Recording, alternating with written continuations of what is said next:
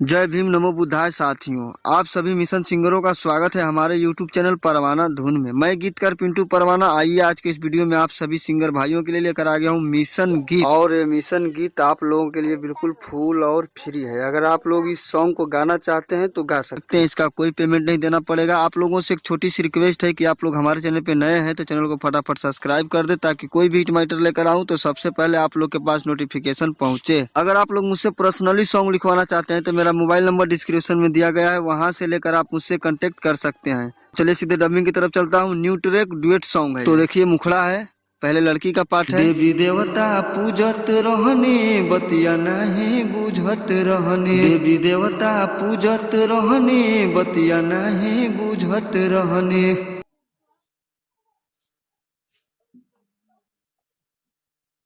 हर अउरी बढ़ल परसनिया, रविदास जी के पूजनिया करे धनिया, रविदास जी के पूजनिया करे धनिया। दोस्तों ये मुखड़ा था। आइए मैं इसके अंतरा का डमी दे रहा हूँ। बस खाली संत जी के पूजा हो, इनके सिवा न केहू दूजा हो। सही कहताड़ा सजनवा हो, हमके करा दर्शनवा हो। बहुते नु हमसे नदनिया, रविदास जी के पूजनिया करे धनिया। दोस्तों ये पहला अंतरा था।